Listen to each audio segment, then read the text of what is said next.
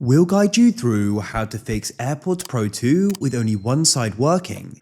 This problem can be really annoying if you're trying to go and listen or watch something and the sound's only coming out of one of them. So first of all, you want to make sure both are properly charging. If one's out of charge, that's why it's not working. First of all, let them be in the case for a bit of time, and you can also make sure the case is charged by plugging that in. If you've let them charge for a bit though and still nothing's working, you want to go and remove the AirPod that isn't working. Make sure you go and clean off this bottom part where the actual charger is and there's no debris or dirt on there which is stopping it. Check in the case and you can go and clear that out with a soft brush. Make sure nothing's stopping them from charging. Let them go and charge and then see if they start working. Otherwise, go and open up your settings, go and find your AirPods and tap on them, scroll to the bottom. You'll see the option forget this device and you can tap on it and confirm your decision. Come onto the back of the AirPods and tap and hold on the button like so. Keep this held down until it starts glowing orange. That means they're being reset. You can release once it stops. Like so. You can then go and close the lid and you can go and open it again and you can then reconnect.